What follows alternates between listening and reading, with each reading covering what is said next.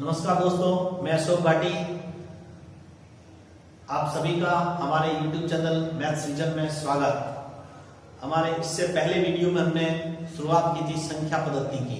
संख्याओं के बारे में हमने सीखा था, बताया था आपको कि संख्याएं कितने प्रकार की होती है। संख्याएं दो प्रकार की होती है, रियल नंबर और इमेजिनरी नंबर, वास्तविक संख्याएं और काल्पनिक संख्याएं। फिर वास्तविक संख्याओं के बारे में हमने जाना कि वास्तविक संख्याएं कौन सी होती है। तो वास्तविक संख्याएं भी दो प्रकार की होती है, एक परिमेय और एक अपरिमेय संख्याएं, रेशनल नंबर और दूसरी इर्रेशनल नंबर। फिर कुछ रेशनल नंबर्स के बारे में हमने पढ़ लिया। सबसे पहले हमने पढ़ा नेचुरल नंबर, प्राकृत संख्याएं। दूसरा नंबर पढ़ी हमने पूर्ण संख्याएं, होल नंबर। तीसरा नंबर पढ़ी हमने पूर्णांक संख्याएं, इंटीजर। ये नेचुरल नंबर, ये होल नंबर, ये इंटीजर, ये हमने पढ़ लिया। चौथा हम पढ़ेंगे विषम संख्याएं और सम संख्याएं। विषम संख्याएं कौन सी होती है? ऐसी प्राकृत संख्याएं जिनके इकाई का अंक क्या हो, 1, 3, 5, 7 या 9 हो, उन्हें हम विषम संख्याएं कहते हैं। मतलब ये विषम संख्याओं की पहचान होती है। विषम संख्याएं वो होती है जो क्या होती है, 2 से डिविजिबल नहीं होती है, जिसमें 2 का भाग नहीं जाता है पूरा पूरा, वे विषम संख्या होती है। और विषम संख्याओं की पहचान कैसे की जाती है? तो विषम संख्याओं की पहचान क्या होती है कि किसी भी संख्या का इकाई का अंक, जो यूनिट नंबर है, लास्ट डिजिट जो होगा, वो लास्ट डिजिट अगर 1, 3, 5 या 7 हो तो उन्हें हम विषम संख्याएं कहते हैं। मतलब लास्ट डिजिट किसी भी संख्या का विषम संख्या है, ओड नंबर्स।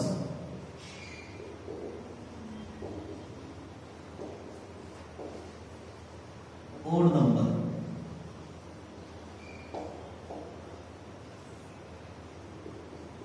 यदि दी गई संख्या का इकाई अंक का मतलब लास्ट डिजिट 1, 3, 5, 7 या 9 हो तो वे संख्या विषम होती है। वे संख्या विषम संख्या होती है।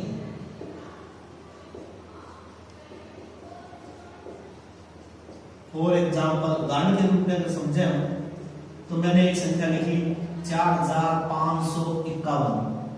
तो 4551 का लास्ट डिजिट इकाई अंक ये इकाई, दहाई, सैकड़ा और 10,000, ठीक है ना। वंस, टेंस, हंड्रेड्स और थाउजेंड। वंस प्लेस पर जो नंबर होता है, वंस प्लेस पर वो क्या होना चाहिए, या तो 1 हो या 3 हो या 5 हो या 7 या 9, इनमें से कोई सा भी हो तो एक विषम संख्या होती है। फिर देखिए आप 8443, तो इसके वंस प्लेस पर इकाई अंक क्या होना चाहिए, 1, 3, 5 या 7 में से हो तो उन्हें हम विषम संख्या कहते हैं।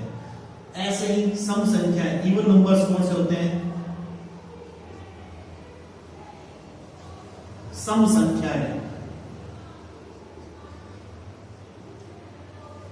इवन नंबर्स,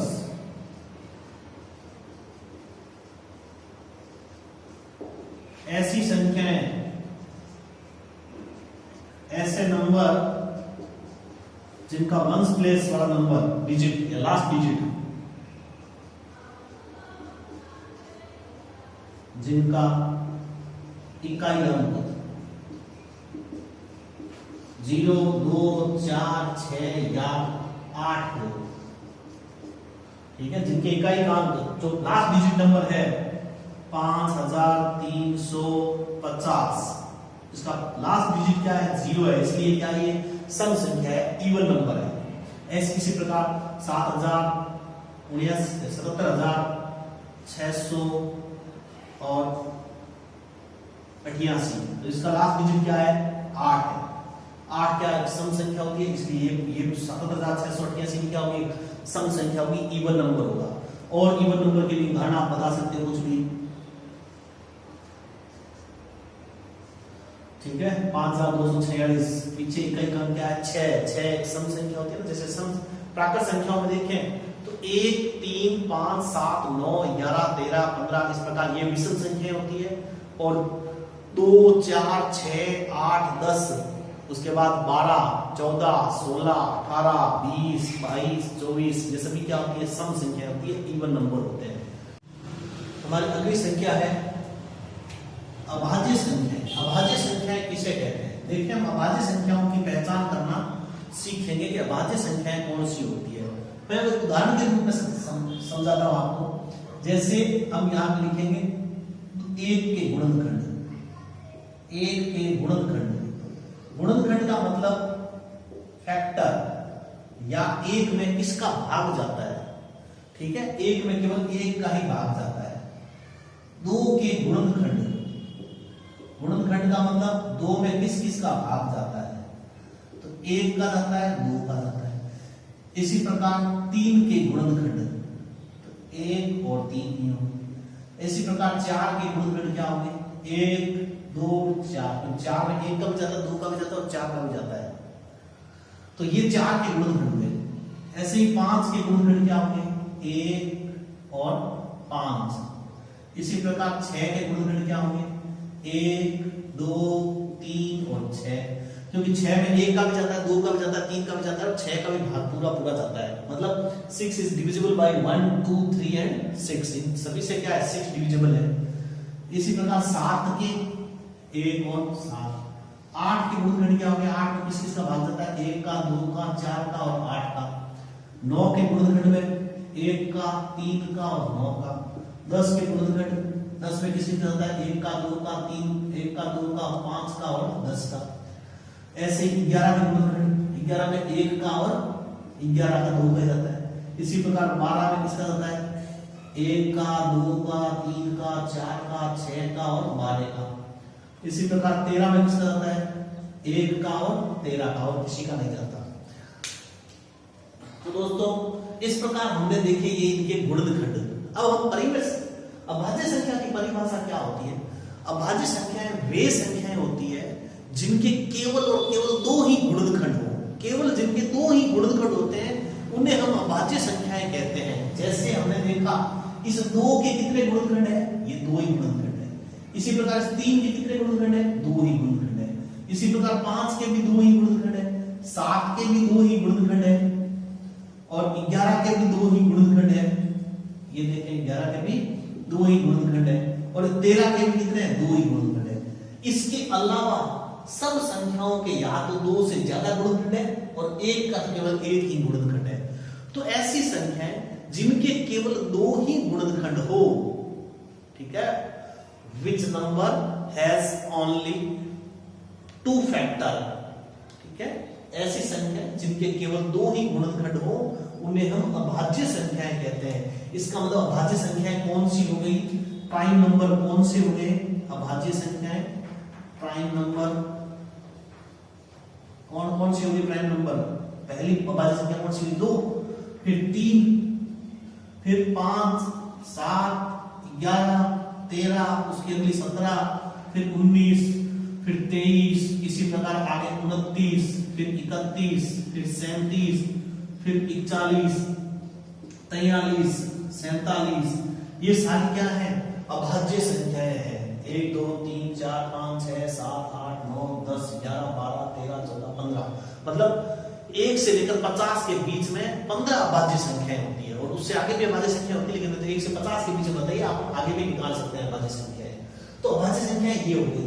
अच्छा, अभाज्य संख्याओं की दूसरी परिभाषा ये होती है कि ऐसी संख्याएं जो 1 से भी डिविजिबल हो, 1 से भी विभाजित हो और खुद से विभाजित हो। केवल 2 से या तो खुद से हो और 1 से, उसके अलावा किसी से नहीं हो, उसे हम क्या कहते हैं?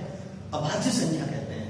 लेकिन वास्तविक डेफिनेशन ये है जिसके गुणनखंड क्या हो? 2 गुणनखंड हो। अब जैसे 1 है, 1 का केवल 1 ही गुणनखंड है, इसलिए ये एक अभाज्य संख्या नहीं है, क्योंकि अभाज्य संख्या के लिए 2 गुणनखंडों से अलग अलग। 1 का केवल 1 गुणनखंड है, इसलिए एक अभाज्य संख्या नहीं है। फिर दूसरा आता है हमारा संयुक्त संख्या या भाज्य संख्या। संयुक्त संख्या या भाज्य संख्या कौन सी होती है? तो भाज्य संख्या कौन सी हुई? ऐसी संख्याएं जिनके क्या हो 2 से अधिक गुणनखंड हो, उन्हें हम भाज्य संख्याएं या संयुक्त संख्याएं कहते हैं। जैसे यहां पर हमारे इस 4 के कितने गुणनखंड है? 4 के कितने हैं? 3 गुणनखंड है, मतलब 2 से ज्यादा है। 6 के कितने? इसके भी 2 से ज्यादा गुणनखंड है।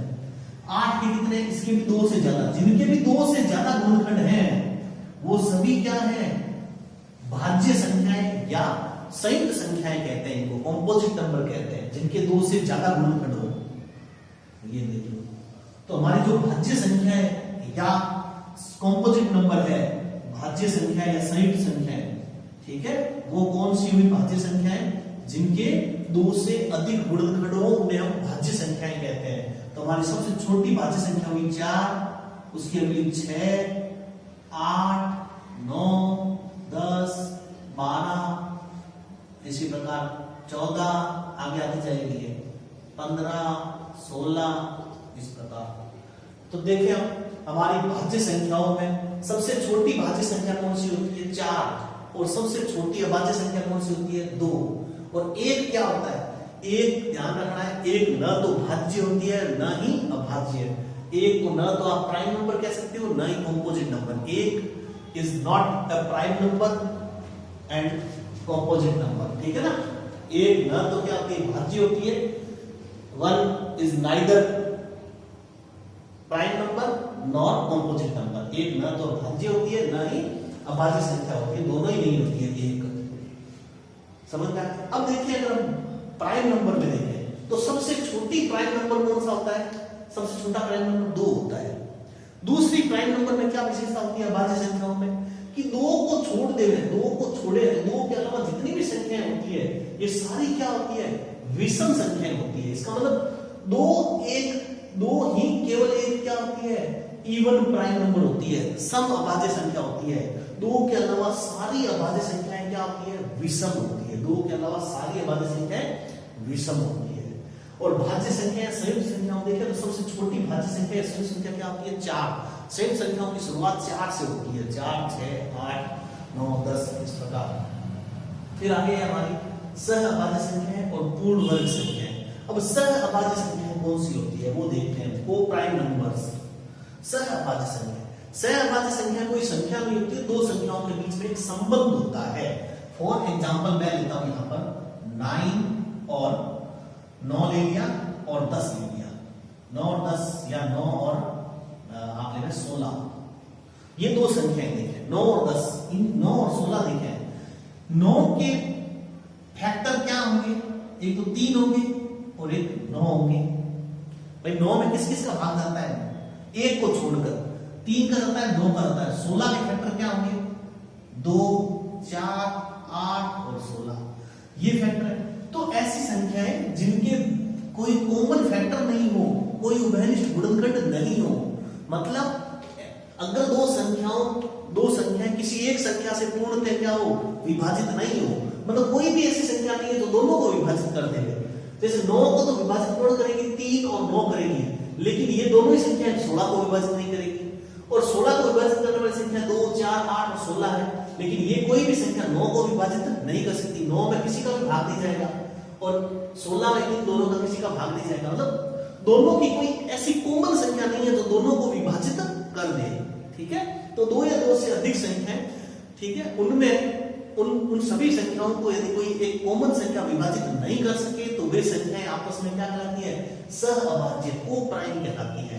तो ये 9 और 16 क्या है, सह अभाज्य है। क्यों, क्योंकि कोई एक ऐसी कॉमन संख्या नहीं है जो दोनों को क्या कर दे, डिवाइड कर दे, दोनों को क्या कर दे, पूर्णतः विभाजित कर दे।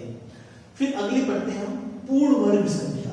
पूर्ण वर्ग संख्याएं कौन सी होती है, देखें पूर्ण वर्ग संख्या हमने प्राकृत संख्याएं पढ़ी, देखें हम थोड़ा सा यहां पर प्राकृत संख्याएं पढ़ी हमने, देखें